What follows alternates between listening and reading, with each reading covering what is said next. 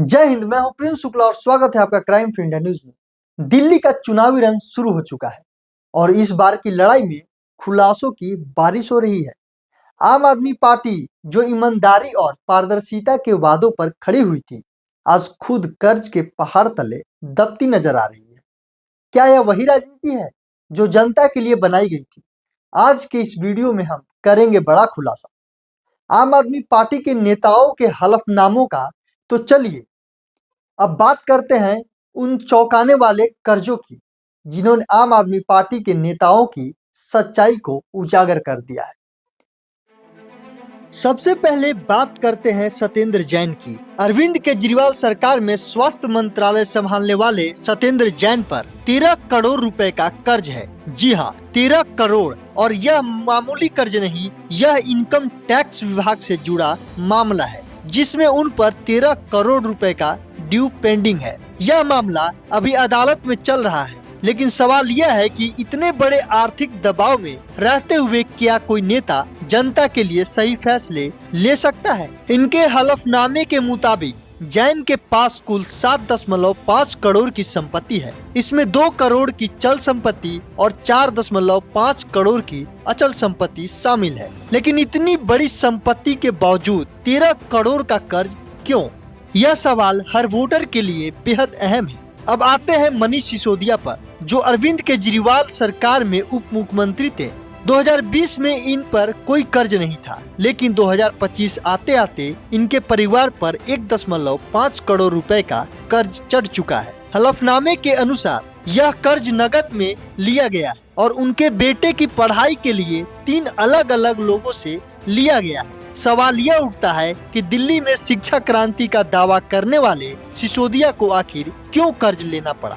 सिसोदिया की कुल संपत्ति करीब 1.5 करोड़ रुपए है। इसमें 50 लाख की चल संपत्ति और 1 करोड़ की अचल संपत्ति शामिल है। लेकिन जब कर्ज की रकम ही 1.5 करोड़ है, तो क्या यह उनकी वित्तीय स्थिरता पर सवाल नहीं उठाता क्या?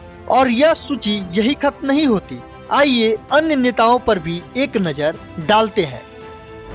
पहले नंबर पर आते हैं सौरभ भारद्वाज। ग्रेटर कैलाश से चुनाव लड़ रहे सौरभ भारद्वाज पर 46 लाख रुपए का कर्ज है। यह कर्ज उनके ऑफिस से जुड़ा हुआ है और एसबीआई बैंक ने इस पर नोटिस जारी कर रखा है। दूसरे नंबर पर आते हैं सोमनाथ भारती। मालवीय नगर से चुनाव लड़ रहे सोमनाथ भारती पर 13 लाख रुपए का ऑटो लोन है। 2024 में इन पर 15 लाख का कर्ज था, जो 2025 तक थोड़ा कम हुआ। तीसरे नंबर पर आते हैं इमरान हुसैन। बल्लीमारन से चुनाव लड़ रहे इमरान हुसैन पर 46 लाख का कार लोन है। इनकी कुल संपत्ति करीब 4 करोड़ रुपए है। चौथे नंबर पर आती हैं राखी बिरला।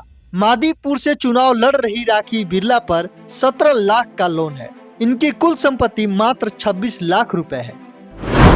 पांचवें नंबर पर आते हैं जाने माने शिक्षक अवध ओझा। शिक्षक से नेता बने अवध ओझा पर 1 करोड़ रुपए का कर्ज है। यह कर्ज उन्होंने प्रॉपर्टी और गोल्ड लोन के लिए लिया था। ये नेता जो जनता के लिए ईमानदारी की कस्में खाते हैं, खुद आर्थिक रूप से कितने दबाव में हैं, यह उनके हलफनामों से साफ हो गया है। तो सवाल यह है कि जो नेता खुद आर्थिक संकट से जूझ रहे हैं, क्या वे जनता की भलाई के लिए फैसले ले सकते हैं? क्या यह नई राजनीति है या फिर जनता की आंखों में धूल झोंकने का एक और नया तरीका है? बता दें कि दिल्ली की 70 सीटों पर 5 फरवरी को मतदान होगा। आम आदमी पार्टी जो 2015 में 67 सीटें जीत कर आई थी और 2020 में 62 सीटें लेकर सत्ता में आई थी, क्या इस बार भी अपनी पकड़ बना पाएगी? लेकिन चुनावी वादों और बड़ी बड़ी रैलियों के पीछे इन हलफनामों की सच्चाई छिपाई जा रही है। आखिर जनता इन कर्जों की सच्चाई को कैसे नजरअंदाज कर सकती है?